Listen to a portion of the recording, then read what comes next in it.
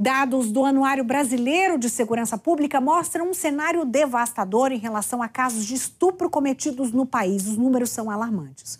O estudo revela que a maioria das vítimas deste crime é composta por meninas com idade entre 10 e 13 anos. A gente tem que conseguir proteger as nossas crianças.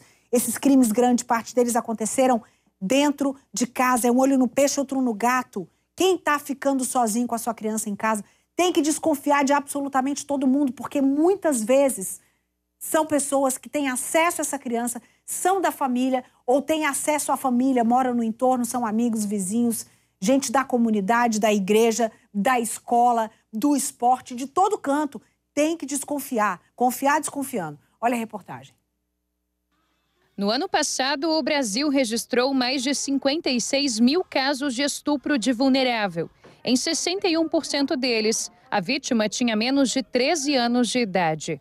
Os dados estão no Anuário Brasileiro de Segurança Pública, divulgado na última semana. Qualquer tipo de ato concernente à conjunção carnal ou qualquer ato libidinoso cometido contra menor de 14 anos é considerado estupro de vulnerável. Então, independe de ser a conjunção carnal, sexo propriamente dito. Segundo o levantamento, a maioria das vítimas de estupros no Brasil é composta por meninas com idades entre 10 e 13 anos. Em mais de 70% das ocorrências, os crimes aconteceram dentro de casa e foram cometidos por membros da família. A criança, quando ela menciona que foi vítima de algum abuso, ela tem uma proteção maior. E nós temos mecanismos hoje dentro do judiciário, mecanismos psicológicos, para verificar se essa criança foi, de fato, vítima de uma violência sexual, de um abuso sexual. Então, temos testes lúdicos, testes psicológicos para verificar esse tipo de situação. Os dados mostram que 44% dos casos de estupros registrados no país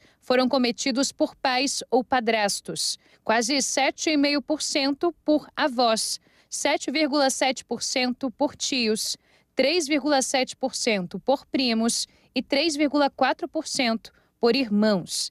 Em quase 2% dos casos, a autora da violência foi a mãe ou madrasta da vítima, e em 4,8% deles, o crime foi cometido por outro familiar. Ainda de acordo com o estudo, o Distrito Federal está no grupo das 5 unidades da federação, onde houve redução no número de registros deste crime. O índice de 2022 foi 2,5 menor que o registrado pela pesquisa anterior. Apesar da queda, a subnotificação segue sendo um obstáculo. Muito embora os números sejam crescentes, ainda assim a gente tem uma subnotificação muito grande.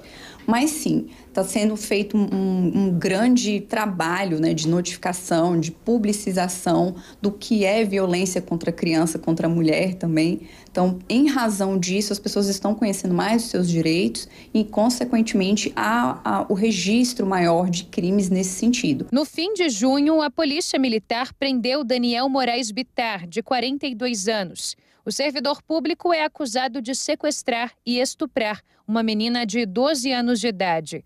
Ele a raptou na saída da escola em Lusiânia e a transportou dentro de uma mala de viagem até a Asa Norte, onde mora.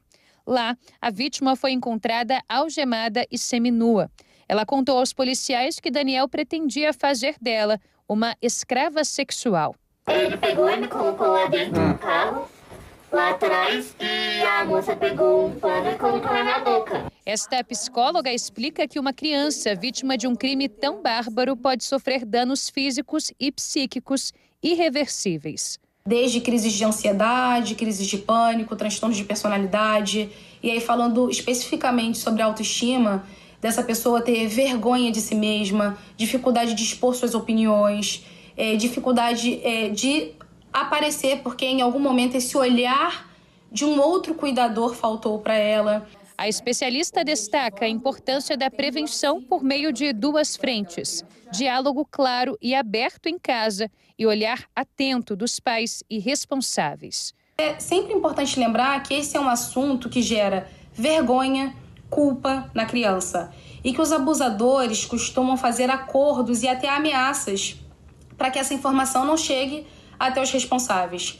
Portanto, é importante que quem cuida dessa criança tenha uma postura ativa em observar ela e conhecer o seu mundo, ter um interesse genuíno pela vida dela. A pena por estupro de vulneráveis pode chegar até 15 anos de prisão. E para combater a impunidade, a denúncia é fundamental. A gente tem os disques de denúncias, né? Disque 100, Disque 190. Temos as delegacias especializadas, como a Delegacia de Proteção à Criança e ao Adolescente. Também temos sites de apoio e de orientação para as crianças ou para os familiares, como o Proteja Brasil, que é vinculado ao governo.